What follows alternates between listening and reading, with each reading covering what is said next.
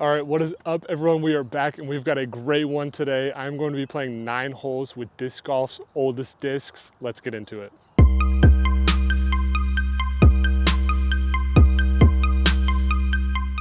All right, so like I said, we're going to be playing with disc golf's oldest discs. We've had these in the store for a while. I figured it's about time I use them, so we're just going to get right into it. I made a sticky note here. I had to look it up just to confirm all kind of the ages of these things, or at least when they were manufactured. So we'll start with the putters and then move up there. It's actually just one putter. This is a San Marino AVR, which everything that I found means that this was made in 1983, which for those math people out there, that is now 41 years old, almost 42 years old. So this is definitely the oldest disc I have so far, but the other ones are not far behind it. Next up, we have a pre-flight number Champion Shark. This one is probably in the 25 to 30 year range. They don't make Champion Sharks anymore. They just make Star. I think you can get Champion Rock 3s, but Champion Sharks, no more. This is the Ontario patent number, which came after San Marino, so this is probably around the 30-year mark. I have 1989 written down, so just a few years after the AVR. All right, next up we have this pre-flight number Gazelle with the old Innova bar stamp logo there. The Gazelle is from 1994, so we're increasing a little bit. This is still 30 years old. I have no idea how flippy this is gonna be. I imagine it's gonna be super flippy, but we'll find out. The next one, this is our only other disc that is not Innova. This is a Discraft Cyclone. I chose this one. This one's pretty near and dear to me. So for starters, the Cyclone was 1993, so again, another like 30-year-old disc. But the Cyclone, I believe, if I remember right, is what Scott Stokely kind of originated the forehand with. So me being forehand dominant, I'm definitely going to give it a few rips on forehand today, and we'll see how it flies. And then I saved arguably the best for last. This is the Innova Phoenix. It's basically the size of a Condor. It's substantially larger than most discs, but actually, just fun fact with this disc, the Phoenix turned into the Firebird. So you have this disc to thank for that overstable fairway that everyone knows and loves. So that is it for the discs. We're at Tom Watkins here in Springfield, and we're just gonna play 9 holes. I'm kind of just bouncing around to the holes I think will showcase the disc the best. I'm gonna throw a ton of shots, probably multiple off each tee, who knows. So let's get into it. All right, we're starting off with one of the longer holes on the course, which is just fine. We're at 365 feet. I mean, it's just a dead straight shot. There's one tree that's like off the right side of the tee pad. If you hit that, that's a really, really, really bad shot. So shouldn't have any problems. I think we're gonna go with the Phoenix because this is kind of the first long range driver, so I figured it should be my first long range drive of the day. And then I was gonna wait till other holes to break this out, but I think I'm gonna go ahead and try the Cyclone on forehand and see how stable it is. Certainly not 360, but yeah, that's well short. That thing weighs 190 grams. Basically an oversized mid-range, which mid-range are already oversized. So I guess maybe for the 1980s, that was 1988. I think I failed to mention that. But as far as the late 80s go, that might have been a bomb for that disc. I have no idea. All right, white disc going into the sky here. Might be tough to see. We're gonna go forehand. A little bit of headwind too, I will say that. I am happy with the way that kind of stayed stable. I didn't know, being old and it is pretty beat up, I didn't know how chipped that was going to be, but did all right. Mr. Stokely, the off chance you happen to see this, let me know if I'm right or wrong and that this was the first disc that you kind of started forehanding with. Oh, that's flippy. Roll. Okay, honestly about the same distance as the Phoenix. All right, so Phoenix was a long range driver for some, definitely not for me. I think it is gonna be a nice stable mid out here though, so we're gonna give it another shot. The Cyclone, however, I actually think it went a touch further, but I'm definitely gonna have to change the angles on that and definitely not try to throw it as hard. Quite a bit short here. I mean, I bet that was probably right at 300 or a little under 300 feet off the tee. So first shot of the day, we'll take it, I guess. We're gonna see, it's gonna be like a little, probably not gonna jump putt. I think it's out of range there. So we're gonna get a little soft bid with the AVR. Oh, pulled it, swing over, please. Yeah, that's fine. I usually have my little blue Trooper bag. That was like my first bag I ever had when I started playing disc golf. Left it, so we got the classic Target bag for the bag today. All right, hole 2 here, 219 feet. This is, at least with my friends, known as the Taco Bell hole, because if you hit this light pole that's right in the middle of the fairway, it makes the little Taco Bell dong sound. So kind of funny. Definitely want to miss that or you're going to be embarrassed. I think we're going to go Phoenix again because I already kind of know how it flies, and then we're going to go Champ Shark right after that.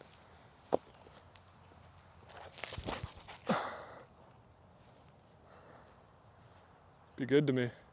Oh yeah. Oh, there it is. Oh my gosh, I almost got it. Oh. All right, the Phoenix was a touch short. Not bad though. Shark is maybe 8 feet. Nice. Also, can someone tell me if the Phoenix is still PDGA legal? I don't really know if it is, just because it is oversized. But I know like the Zephyr is still PDGA legal. I also don't know if the Condor is, which is basically like a bigger version of the Rock. So let me know.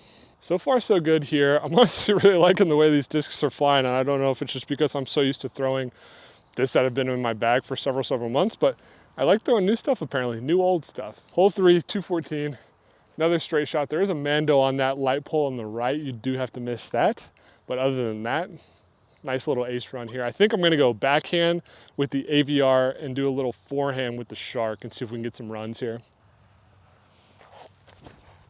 Oh, that is not stable. I also kind of yanked it distance.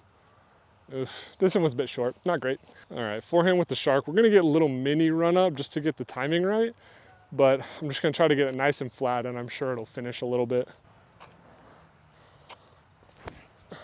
Oh, no. Didn't really have a lot of stability forehand. It did have a lot of wobble, so I think that kind of accounted for it, but not great. I think that happens every time I start talking about how good I'm doing, I immediately start doing bad, so maybe I should stop doing that. All right, no idea if I framed this right, so if it's bad, I apologize. Short. Oh, kind of long actually, okay. All right, I think I said it was long on that putt. Definitely missed short. What I meant by long was that it had the height, so clear that up. All right, I believe this is hole 4, 285. Another just kind of straight shot here. The tee-pad is angled weird, which is a bit unfortunate. Hopefully it shouldn't be a problem. I think I'm gonna go both drivers. I'm gonna go Gazelle first, backhand, and kind of depending on how that is, I might throw this forehand again, or I might try backhand and see if it's, you know, a little more stable or whatever, backhand. But first up, Gazelle.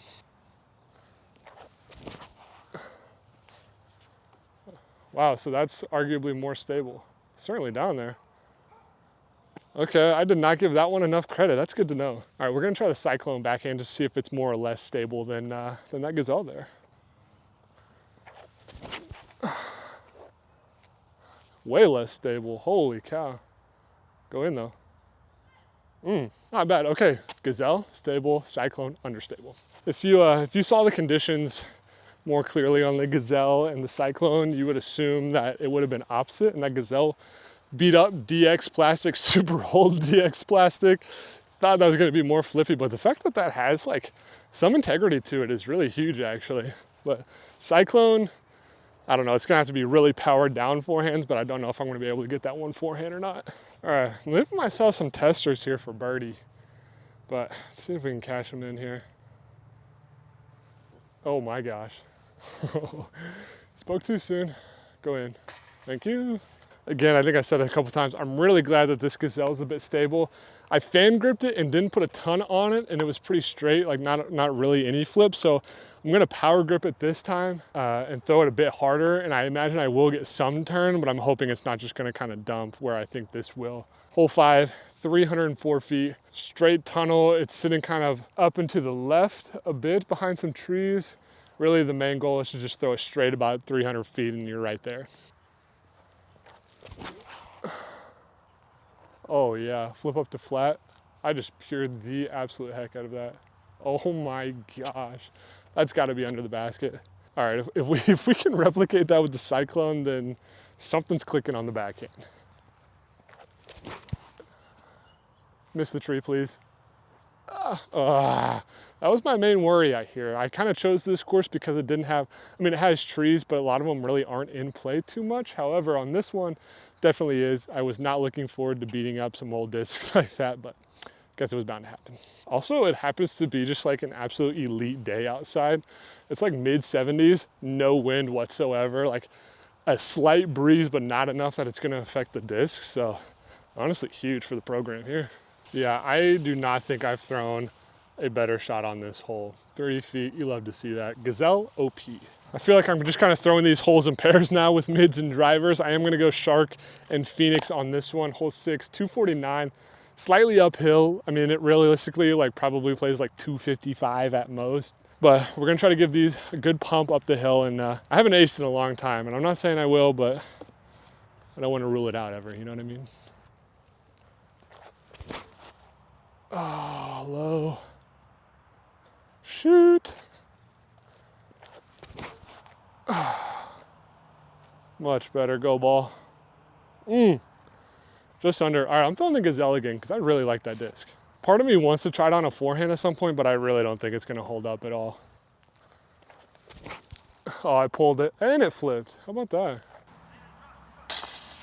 All right, I think this is hole 7. Again, I'm so bad at keeping track of it, and I went back and tried to count on my fingers, but because I'm bouncing around, I can't figure it out. So I think I'm at 7. This is hole 7. It is 359 feet.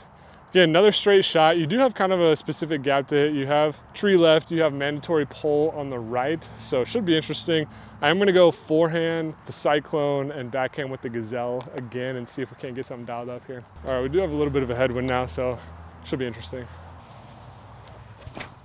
I wanted to keep it low. That's gonna cut out. Not good at all. Just gotta give this one the height, let it get there. Oh, there we go. Yeah, it's not gonna come out though. Certainly not my best work here. Granted, if this came out, I think I would probably be like 30 to 40 feet closer. Still short, but a lot better. I think this is at a jump putt range, but I'm gonna give it a shot. And if I'm short, I'm gonna throw the Shark. Actually, I'm not even gonna jump putt because I know I can't make it that far. Swing over for me. Still gonna throw the Shark. And this is like typical doubles. I laid up on the first one, so now I have nothing to do but to run this one. So we're gonna go hard. Definitely don't want to miss short. Oh gosh. All right. Did not miss short. So I did the math walking over. This is in fact hole 8. I was right about hole 7 up there. Hole 8, 309. Again, I think I've said it a million times today. Dead straight, you just gotta get the distance right. We're going drivers here, then we're gonna go mids to finish and call it a day. So let's see what we can do here. Oh yeah, good stable for me. Jeez, okay, no joke. I think I'm low-key throwing that Gazelle further than a lot of like my other fairways. I think the Gazelle's a 7-speed, correct me if I'm wrong. All right, we do have a headwind. Gonna have to give the Cyclone more hyzer. I gave this one a lot more credit than I guess I was supposed to. Maybe new, obviously it could be better. This one's pretty beat.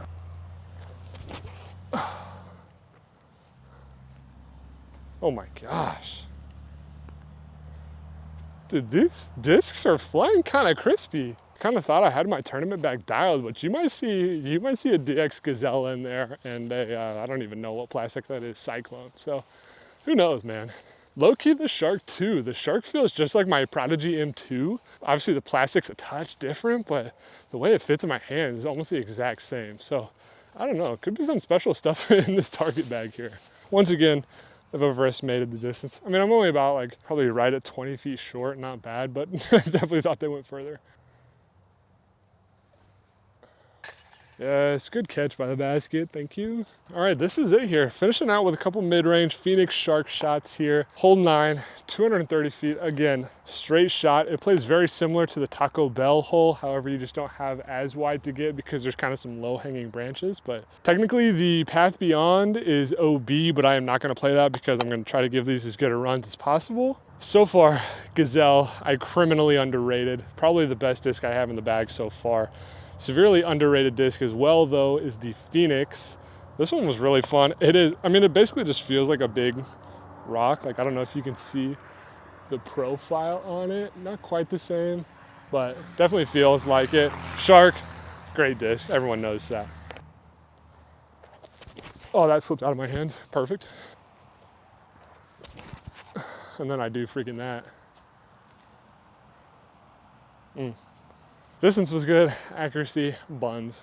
All right, for the sake of it being the last hole, We're gonna go forehand gazelle, just really soft and try to not get it to flip up too much, but nice and straight, hopefully. Now get down. Oh, all right, again, best shot of the bunch there, the gazelle. All right, two things here while we finish out. One, went pretty deep with the gazelle. On line though, so I give myself credit for that. Two, I just realized I'm rounding again. And if you can see my face from here, it's incredibly disappointed. I thought I was getting so good at kind of keeping it far out with the pull through. Evidently I'm not. So back to the lab on that, I guess. Fade.